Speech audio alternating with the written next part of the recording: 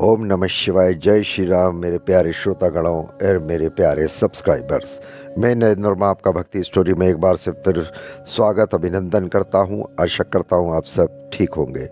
दोस्तों, आज जैसा कि आजकल आपको पता है, महाकुंभ की खूब चर्चा चल रही है। महाकुंभ जो 144 वर्षों में आता है, कुंभ का मेला आता है 12 वर्षों में, लेकिन महाकुंभ का मतलब होता है 144 वर्ष में। क्या है महाकुंभ? क्या ये वरदान है या एक श्राप का परिणाम है कुंभ?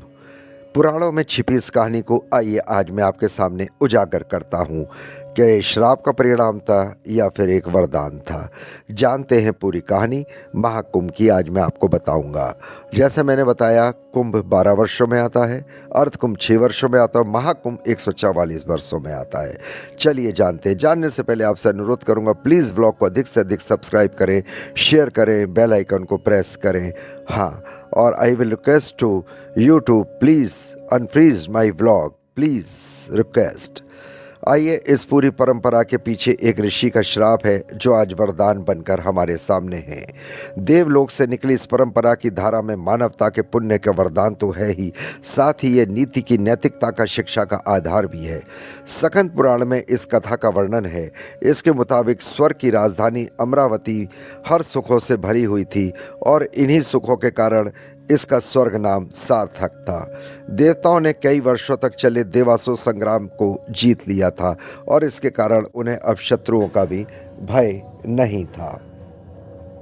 महाकुंभ 2025 पूरी तरह तैयार है। अब की 40 करोड़ लोगों का आने की उम्मीद है कि महाकुंभ में कम से कम मेरे हिसाब से 40 करोड़ लोग आएंगे। आशा आप भी जा सकते हैं अगर आपने जाना हो। देवताओं को मिला था श्राप। आज हम जिस पवित्र अमृत धारा की आध्यात्मिक डुबकी लगा रहे हैं, उसकी परंपरा का बनना इतना आसान नहीं था। असल में अब जो हमारे लिए वरदान साबित हो रहा है, वह एक श्राप का परिणाम था। ऐसा श्राप जो देवताओं को मिला था, जिससे एक सामान्य मानवता खतरे में पड़ गई थी। लेकिन समय के साथ वही शराब मानव समुदाय के लिए वरदान साबित हुआ।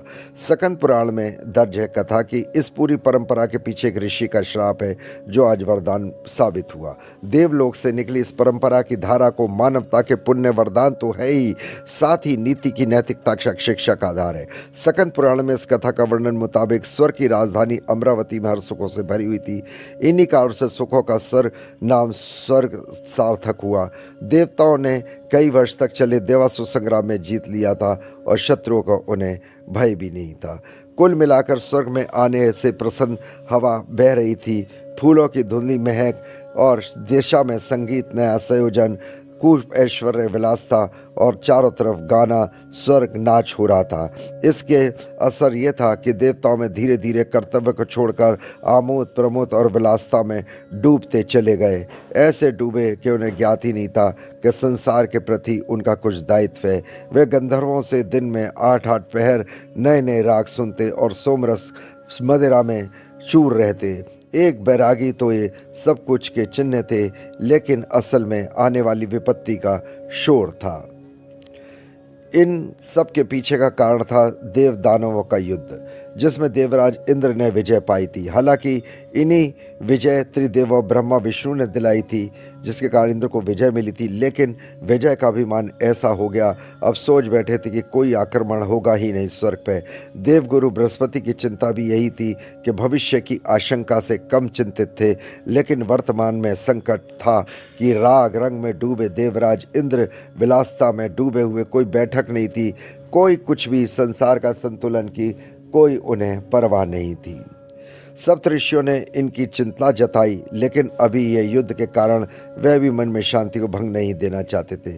लेकिन कई पक्ष बीत जाने के बाद जब उन्हें चिंता हुई तो ग्रह मंडल की बैठक नहीं हुई है, नक्षत्रों का सारा विधान रुक सकता है, संतुलन बिगड़ सकता है। इस चिंता को दूर करने के लिए देवराज इंद्र से बैठक बुलाने का अनुरोध किया। ऋषि दुर्वासा सप्तऋषियों के प्रतिनिधि बनकर देवलोक की ओर बढ़े।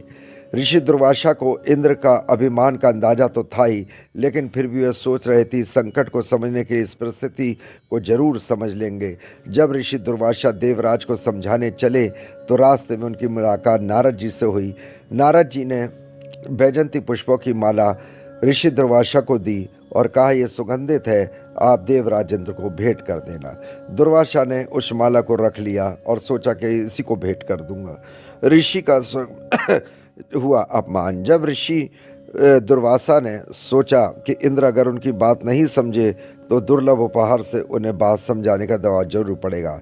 इन्हीं बातों को सोचते गुनते ऋषि देवलोक पहुंच गए।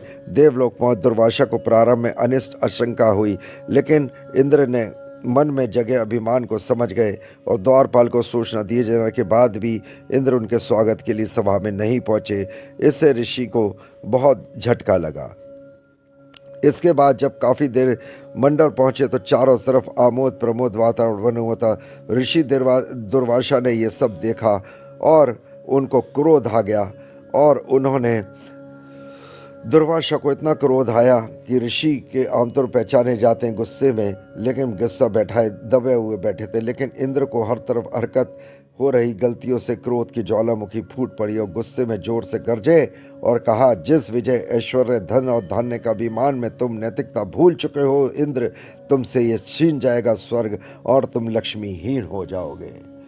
इस तरह अरावत ने भी अपमान किया। अरावत हाथी ने महर्षि दुर्वासा के श्राप प्रभाव से सारा ऐश्वर्य लुप्त हो गया। संसार से देवी लक्ष्मी लोप हो गई और वह सागर में समा गई और तीनों लोकों में भयंकर गरीबी दरिद्रता छा गई। लक्ष्मीहीन इंद्र पर असुरों ने संगठित होकर फिर आक्रमण किया और इंद्र दैत्यों के राजा बलि से युद्ध में हार गए और इसके साथ ही सारी संसार औषधियाँ भी लुप्त हो गई। राजा बलि ने तीनों लोकों को पर अपमान अपना अधिकार कर लिया। हताश देवताओं को अपनी भूल का एहसास हुआ, पर वे श्री विष्णु के पास पहुंचे। तब विष्णु भगवान ने समुद्र मंथन का रास्ता सुझाया। इसी मंथन से अमृत कला निकली और जहां अमृत कला से छीना झपटी हुई, तब 4 तीर्थ स्थान पर ये इसका जल गिरा। प्रयागराज में भी एक जगह है जहां ये जल गिरा। प्रयागराज, नासिक और उज्जैन में और हरिद्वार में जल की धाराएं गिरी जहां पे ये कुंभ लगता है। प्लीज़ ब्लॉग को अधिक से अधिक लाइक करें, सब्सक्राइब करें, शेयर करें। एक बारी कुंभ में ज़रूर डुबकी लगाएं। I will request to unfreeze my blog YouTube. Thank you, धन्यवाद।